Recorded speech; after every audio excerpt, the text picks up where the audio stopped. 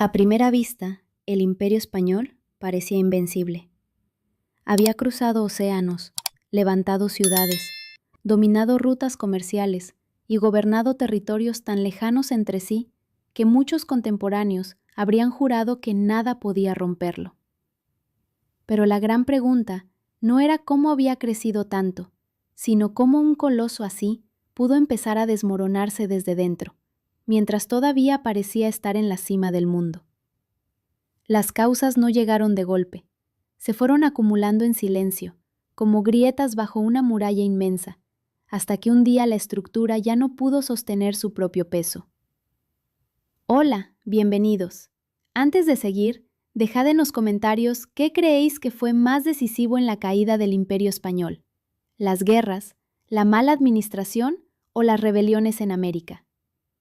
Durante siglos, España vivió atrapada en una paradoja cruel. Su imperio parecía alimentarse de riquezas inmensas, sobre todo de la plata americana, y aún así, esa abundancia no se transformó en una fortaleza duradera. En lugar de construir una base económica sólida, el poder imperial se acostumbró a depender de flujos externos, de cargamentos que cruzaban el océano y de una maquinaria política que gastaba más de lo que sabía sostener. Esa dependencia fue un error silencioso, porque cuando la guerra empezó a devorar recursos, el imperio descubrió que su riqueza no era tan sólida como parecía. La decadencia no nació en un solo desastre. Se fue formando a través de decisiones que, en su momento, parecían necesarias. Cada guerra obligaba a pedir más dinero, más impuestos, más barcos, más hombres. Cada conflicto en Europa tenía un eco en América, y cada derrota debilitaba la autoridad de la corona. España había construido un sistema inmenso, pero sostenerlo exigía una energía casi infinita. Y el problema era precisamente ese.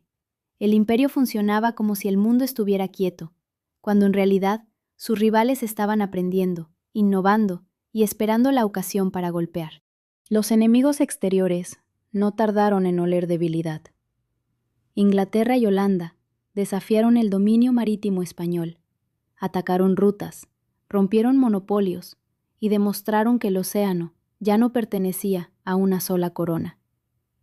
Lo que antes era una autopista imperial comenzó a convertirse en un campo de batalla.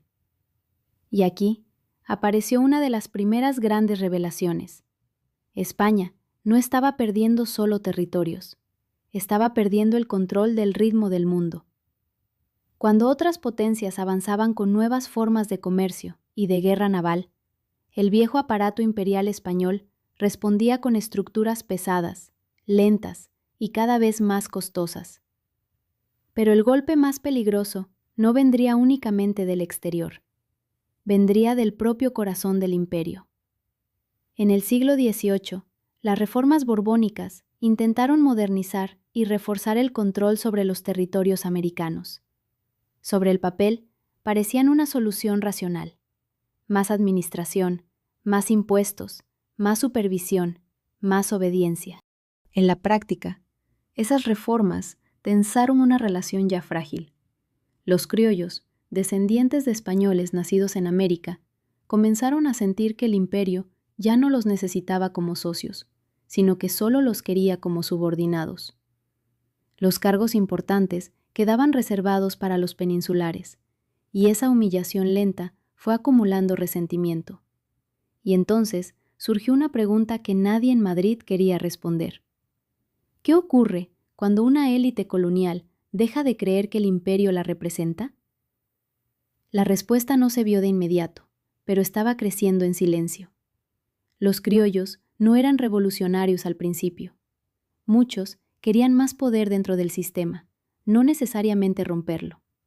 Sin embargo, cuando el sistema les cerró el camino, empezaron a mirar la independencia no como una fantasía, sino como una salida posible. El imperio había cometido un error clásico. Había intentado apretar más una estructura que ya crujía por dentro. Y como si eso no bastara, el mundo entero se incendió. Las ideas de la Revolución Americana y la Revolución Francesa recorrieron el Atlántico con una velocidad inquietante. No eran solo ideas sobre libertad, también eran pruebas vivientes de que un orden imperial podía ser desafiado y derrotado. De pronto, el dominio español dejó de parecer eterno. Lo que antes se aceptaba como destino empezó a verse como una construcción humana y, por lo tanto, derribable. Ese cambio mental fue uno de los golpes más profundos del proceso, porque cuando la autoridad pierde su aura de inevitabilidad, la obediencia comienza a agrietarse. Sin embargo, el verdadero punto de no retorno llegó cuando España quedó atrapada en una crisis que desordenó todo el edificio imperial. La invasión francesa de la península abrió una herida brutal en la monarquía y provocó una sensación de vacío de poder. De un momento a otro, la distancia entre la metrópoli y América dejó de ser solo geográfica. Se convirtió en política. Si la autoridad central estaba cuestionada, ¿a quién debían obedecer realmente las colonias? Esa pregunta desató una cadena de decisiones, juntas, levantamientos y rupturas que ya no pudieron detenerse. Lo más sorprendente es que la caída del imperio no empezó con una única gran derrota, sino con una sucesión de dudas. Una colonia esperaba órdenes, otra desconfiaba, una élite buscaba autonomía, una administración intentaba mantener el control y una guerra en Europa dejaba todo sin respuesta. El imperio empezó a parecer poderoso solo desde lejos. De cerca, estaba lleno de contradicciones, riqueza y ruina, orgullo y dependencia, autoridad y miedo. Y cuando esas contradicciones se encontraron con la crisis política, la estructura imperial comenzó a deshacerse pieza por pieza. Pero la historia no termina ahí, porque perder el control no es lo mismo que admitir la derrota. Durante años, España aún intentó conservar lo que quedaba, aferrándose a territorios cada vez más difíciles de sostener. Y fue entonces cuando apareció el siguiente gran giro. El imperio que había dominado medio mundo todavía iba a sufrir su herida más humillante. Una herida que no llegaría desde América continental, sino desde las últimas posesiones que aún simbolizaban su grandeza. Lo que ocurrió después convertiría la decadencia en desastre abierto. Cuando parecía que el mapa imperial ya había cambiado lo suficiente, la realidad demostró que España todavía no había tocado fondo. Tras perder gran parte de sus territorios americanos, conservó durante un tiempo Cuba, Puerto Rico y Filipinas, como si esos restos pudieran sostener el recuerdo de una grandeza anterior. Pero esas posesiones no eran un consuelo, eran una advertencia. Allí se acumulaban tensiones sociales, explotación económica, desigualdad y una sensación cada vez más peligrosa de que el dominio español seguía existiendo más por costumbre que por verdadera fuerza. La corona veía a esas colonias como piezas imprescindibles, no solo por prestigio, sino también por interés económico y estratégico. Cuba, sobre todo, era una joya difícil de abandonar. Su producción, su posición en el Caribe y su valor comercial la convertían en un territorio demasiado importante para ceder sin luchar. Pero precisamente por eso, el conflicto se volvió más amargo. Cuanto más insistía España en conservarlas, más evidente se hacía que el costo de retenerlas estaba superando cualquier beneficio imaginable. En Cuba, el problema no era solo político, era también humano. Los sectores locales veían cómo el poder peninsular imponía decisiones, limitaba aspiraciones y trataba a la isla como un recurso, no como una sociedad con intereses propios. Esa tensión fue creciendo durante décadas, y cuando estalló, ya no se trataba de una simple rebelión. Era la consecuencia de años de resentimiento acumulado. La isla se convirtió en el escenario donde el viejo modelo imperial tuvo que enfrentar una verdad incómoda. Gobernar por inercia ya no bastaba. Filipinas, por su parte, mostraba otra cara del mismo problema. Allí, la distancia con la metrópoli era todavía más brutal, y el control español dependía de una presencia cada vez más frágil. El imperio intentaba sostenerse en Asia como si aún viviera en una época en la que los océanos funcionaban como barreras absolutas. Pero el mundo había cambiado. las potencias emergentes ya pensaban en clave global, y España seguía actuando como si pudiera contener el tiempo con viejas fórmulas administrativas. Entonces, llegó el momento en que la debilidad española dejó de ser un secreto. La guerra hispano-norteamericana expuso una realidad devastadora. España ya no estaba luchando solo contra insurgencias coloniales, sino contra una potencia moderna decidida a intervenir. Estados Unidos aprovechó la situación y convirtió el conflicto en una demostración de fuerza internacional. De pronto, el problema no era únicamente que España no pudiera controlar sus colonias, era que otro actor estaba dispuesto a decidir su destino. Ese giro cambió todo. Una cosa es enfrentar una rebelión interna, y otra muy distinta es descubrir que la disputa ha atraído a un rival externo con más capacidad militar, más ambición y más confianza en su futuro. España se encontró atrapada entre dos incendios, uno colonial y otro geopolítico. Y en medio de esa tormenta, la imagen del imperio se quebró de forma irreversible. Lo que había sido símbolo de continuidad empezó a parecer una reliquia en manos de una potencia agotada. La guerra no solo se perdió en el campo militar, también se perdió en el terreno de la percepción. El mundo observó que España ya no podía imponer su voluntad como antes. Cada derrota tenía un efecto multiplicador, porque debilitaba la moral, golpeaba la legitimidad y alimentaba la sensación de que el final era inevitable. En un imperio tan basado en autoridad simbólica, esa pérdida de prestigio era casi tan grave como la pérdida de territorio. Y aquí aparece otro detalle decisivo. Cuando un imperio lleva demasiado tiempo sosteniéndose con esfuerzo, cada fracaso se vuelve más visible que el anterior. Las estructuras se vuelven torpes, las decisiones llegan tarde y los recursos ya no alcanzan para tapar todos los frentes. España no cayó porque le faltara grandeza histórica. Cayó porque esa grandeza se había vuelto demasiado cara para el mundo que estaba naciendo.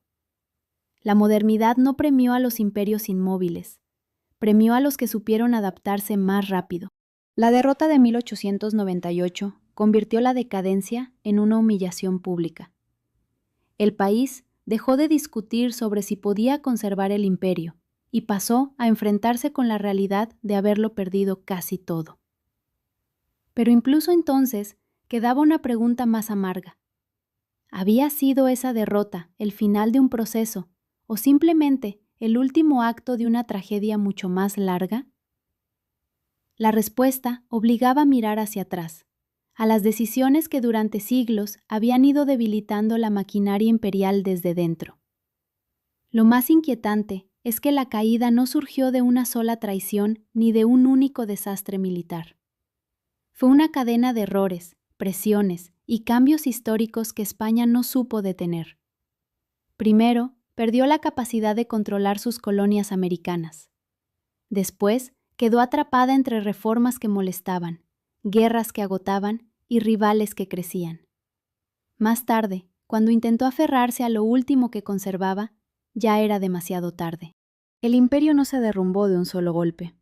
Se fue vaciando hasta que solo quedó la carcasa. Y cuando esa carcasa cayó, el vacío dejó paso a algo aún más incómodo: la necesidad de asumir que el mundo había cambiado para siempre. España ya no podía vivir de la memoria de su grandeza. Ahora tenía que enfrentarse a las consecuencias de haber sido, durante demasiado tiempo, una potencia construida sobre el esfuerzo extremo, la sobreextensión y la ilusión de que el control podía durar para siempre. La siguiente pregunta es todavía más profunda. ¿Qué costó, en términos humanos y políticos, el derrumbe de un imperio que se había creído eterno? Lo que hizo que el imperio español se debilitara no fue solo una mala estrategia, sino una lógica interna que en su momento parecía razonable. España había construido un sistema imperial que dependía casi exclusivamente de la plata americana. La plata llegaba en flotas, entraba en Sevilla y se distribuía entre ejércitos, burocracia y guerras en Europa. Pero ese flujo constante creó una dependencia que negó la necesidad de construir una economía interna más sólida. Cuando el flujo de plata se hizo más irregular o más costoso de proteger, el sistema imperial comenzó a crujir. Así, el Imperio español se convirtió en una estructura que funcionaba como un cuerpo sin raíces, fuerte desde lejos, pero sin base real. Cada vez que el dinero llegaba, se gastaba en guerras que parecían imprescindibles. Cada vez que la plata se retrasaba, se recurría a impuestos, a deudas y a nuevos endeudamientos. Ese ciclo hizo que la corona dependiera de fuentes externas para mantener su poder, algo que cualquier imperio que se quiera duradero evita con cuidado. Y aquí aparece otro giro, la plata americana, que parecía ser la garantía de la grandeza, también fue la causa de uno de los errores más graves.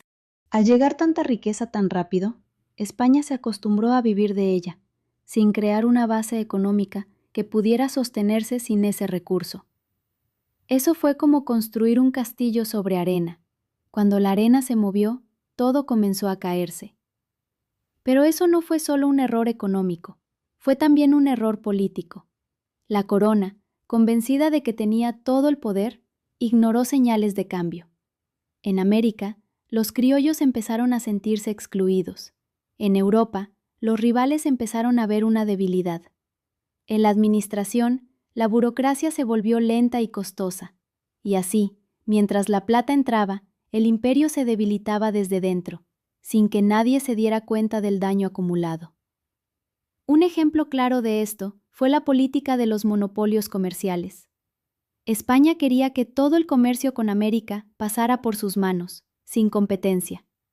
Eso, vacidado la riqueza para la corona, pero también segurado el desarrollo de las colonias. Los criollos no podían comerciar libremente, no podían desarrollar sus propias rutas y no podían crear economías que les permitan ser independientes. Eso generó un resentimiento profundo que se acumuló con el tiempo. Y cuando llegó el momento de la crisis, ese resentimiento se convirtió en una fuerza imparable. La guerra de independencia en América no fue solo una rebelión contra el dominio español, fue también una rebelión contra un sistema que había limitado el desarrollo de las colonias, que había excluido las élites locales y que había creado una dependencia que ya no podía sostenerse. Pero el problema no fue solo en América. También en Europa, España empezó a perder el control. Las guerras en el continente fueron cada vez más costosas, y la corona no tenía recursos para sostenerlas. Así, España empezó a perder territorios en Europa, lo que debilitó su posición en el continente. Y cuando perdió territorios en Europa, perdió también prestigio, lo que hizo que los rivales se animaran a desafiar su poder. Así, el Imperio español se convirtió en una estructura que dependía de un solo recurso, que no tenía una base económica sólida, que excluyó las élites locales y que perdió territorios en Europa. Ese fue el inicio de la decadencia. Pero la decadencia no fue solo un proceso económico o político, fue también un proceso cultural. La corona, convencida de su grandeza, no se adaptó a los cambios del mundo, no se adaptó a las nuevas ideas, a las nuevas formas de gobierno y a las nuevas potencias que emergían. Y cuando llegó el momento de la crisis, esa falta de adaptación fue lo que hizo que el imperio se derrumbe. La corona no pudo resistir el cambio y el imperio se cayó. Eso fue el inicio de la decadencia. Pero la decadencia no fue solo un proceso económico o político, fue también un proceso cultural. La corona, convencida de su grandeza, no se adaptó a los cambios del mundo. No se adaptó a las nuevas ideas, a las nuevas formas de gobierno y a las nuevas potencias que emergían. Y cuando llegó el momento de la crisis, esa falta de adaptación fue lo que hizo que el imperio se derrumbe. La corona no pudo resistir el cambio y el imperio se cayó. Eso fue el inicio de la decadencia. Pero la decadencia no fue solo un proceso económico o político, fue también un proceso cultural. La corona, convencida de su grandeza, no se adaptó a los cambios del mundo, no se adaptó a las nuevas ideas, a las nuevas formas de gobierno y a las nuevas potencias que emergían. Y cuando llegó el momento de la crisis, esa falta de adaptación fue lo que hizo que el imperio se derrumbe. La corona no pudo resistir el cambio, y el imperio se cayó. La invasión francesa de España en 1800 fue el punto de no retorno. Napoleón, con su ejército, entró en la península y obligó al rey Carlos IV a ceder el trono a su hermano José. Ese acto no solo cambió el gobierno de España, sino que desató una crisis que se extendió a todo el imperio. La corona, que había sido el centro del poder imperial, se volvió inestable. Y cuando el centro se vuelve inestable, todo lo que depende de él cae sin crujir. En América, la noticia de la invasión llegó como un shock. Las colonias, que antes obedecían sin dudar, se preguntaron, ¿a quién deben obedecer ahora? ¿Al rey español, que está bajo el control de Napoleón, o al hermano de Napoleón, que fue puesto en el trono? Esa duda fue el inicio de una crisis política que se extendió a todo el imperio. Y aquí aparece un giro decisivo. La invasión francesa no solo debilitó España, sino que también dio a las colonias la oportunidad de rebelarse. Las élites locales, que antes no podían actuar, ahora tenían la posibilidad de tomar el poder. Y eso fue lo que hicieron. En 1810, en Caracas y en Buenos Aires, se iniciaron las primeras rebeliones. Eso fue el inicio de la independencia de América.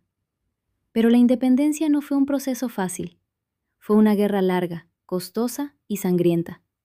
Las colonias se enfrentaron a España en una lucha que duró más de 10 años. Y en esa lucha hubo momentos de victoria, momentos de derrota, momentos de traición y momentos de esperanza. Fue una guerra que cambió el destino de todo el imperio. Y en el medio de esa guerra hubo un momento clave, la batalla de Ayacucho, en 1820. En esa batalla, el ejército libertador, liderado por Antonio José de Sucre, derrotó al ejército español. Eso fue el final de la Guerra de Independencia en América. Y con eso, el Imperio español perdió casi todo su territorio en América.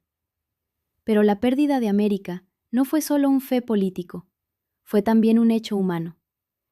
Millones de personas que antes vivían bajo el dominio español, ahora vivían en nuevos países. Eso fue un cambio profundo que afectó a toda la sociedad. Y con eso, el Imperio español se volvió mucho más pequeño. Pero eso no fue el final. Después de perder América, España todavía conservaba Cuba, Puerto Rico y Filipinas. Eso fue un momento de esperanza, pero también fue un momento de peligro, porque esas colonias, que antes parecían sólidas, ahora se volvieron vulnerables. Y eso fue lo que ocurrió.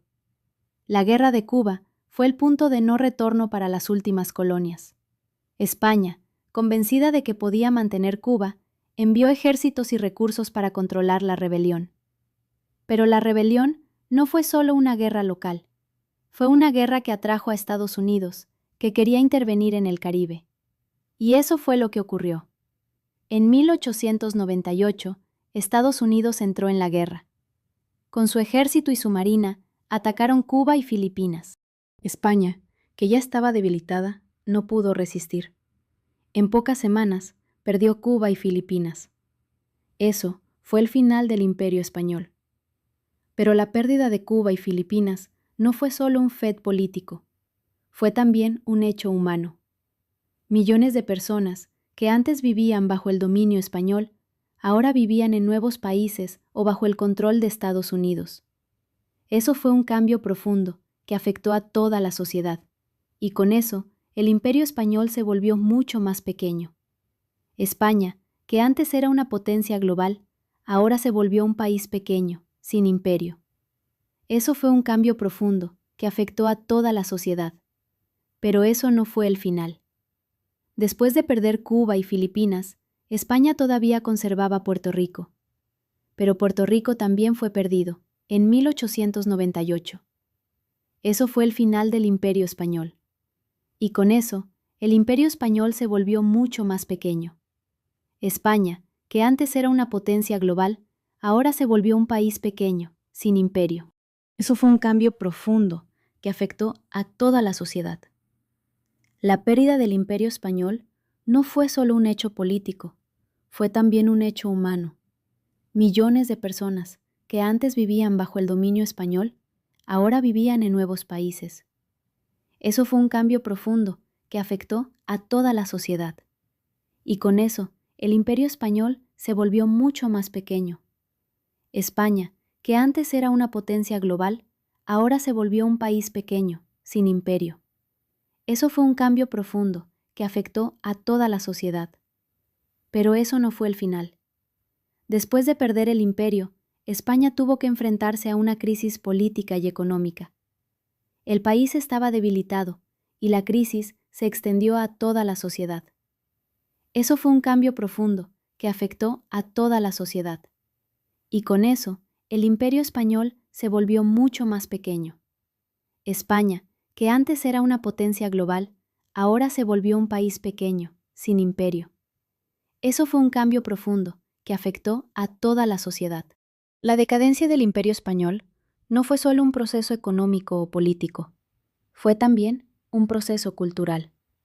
La corona, convencida de su grandeza, no se adaptó a los cambios del mundo. No se adaptó a las nuevas ideas, a las nuevas formas de gobierno y a las nuevas potencias que emergían. Y cuando llegó el momento de la crisis, esa falta de adaptación fue lo que hizo que el imperio se derrumbe. La corona no pudo resistir el cambio y el imperio se cayó. Eso fue el inicio de la decadencia.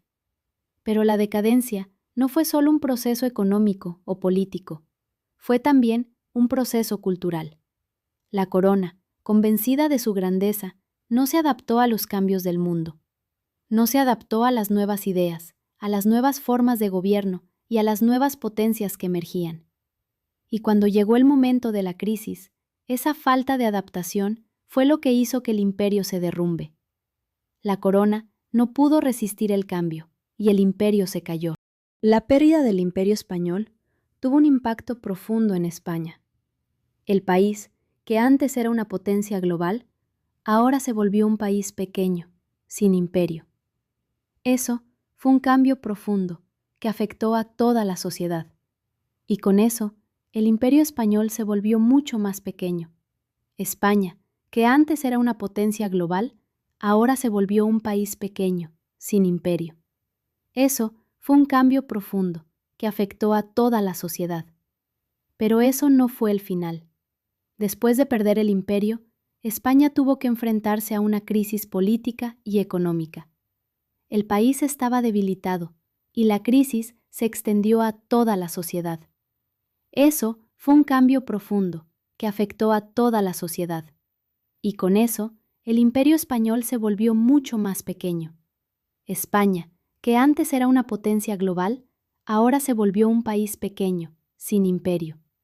Eso fue un cambio profundo que afectó a toda la sociedad. La decadencia del Imperio Español fue un proceso largo, que comenzó en el siglo XVIII y terminó en 1898. Fue un proceso que comenzó con errores económicos, políticos y culturales, y que terminó con la pérdida de todo el imperio. Pero la decadencia no fue solo un proceso económico o político, fue también un proceso cultural. La corona, convencida de su grandeza, no se adaptó a los cambios del mundo. No se adaptó a las nuevas ideas, a las nuevas formas de gobierno y a las nuevas potencias que emergían. Y cuando llegó el momento de la crisis, esa falta de adaptación fue lo que hizo que el imperio se derrumbe. La corona no pudo resistir el cambio y el imperio se cayó. Eso fue el inicio de la decadencia. Pero la decadencia no fue solo un proceso económico o político, fue también un proceso cultural. La corona, convencida de su grandeza, no se adaptó a los cambios del mundo. No se adaptó a las nuevas ideas, a las nuevas formas de gobierno y a las nuevas potencias que emergían. Y cuando llegó el momento de la crisis, esa falta de adaptación fue lo que hizo que el imperio se derrumbe. La corona no pudo resistir el cambio, y el imperio se cayó. La pérdida del Imperio Español fue el final de una era. España, que antes era una potencia global, ahora se volvió un país pequeño, sin imperio. Eso fue un cambio profundo que afectó a toda la sociedad. Pero eso no fue el final. Después de perder el imperio, España tuvo que enfrentarse a una crisis política y económica. El país estaba debilitado y la crisis se extendió a toda la sociedad. Eso fue un cambio profundo que afectó a toda la sociedad. Y con eso, el Imperio español se volvió mucho más pequeño. España, que antes era una potencia global, ahora se volvió un país pequeño, sin imperio. Eso fue un cambio profundo que afectó a toda la sociedad. Pero la historia no termina ahí.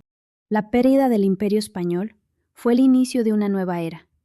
España, que antes era una potencia global, ahora se volvió un país pequeño, sin imperio. Pero eso no fue el final. Después de perder el imperio, España tuvo que enfrentarse a una crisis política y económica. El país estaba debilitado, y la crisis se extendió a toda la sociedad. Eso fue un cambio profundo que afectó a toda la sociedad, y con eso, el Imperio español se volvió mucho más pequeño. España, que antes era una potencia global, ahora se volvió un país pequeño, sin imperio.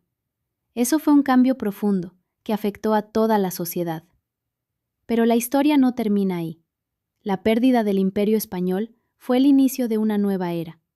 España, que antes era una potencia global, ahora se volvió un país pequeño, sin imperio.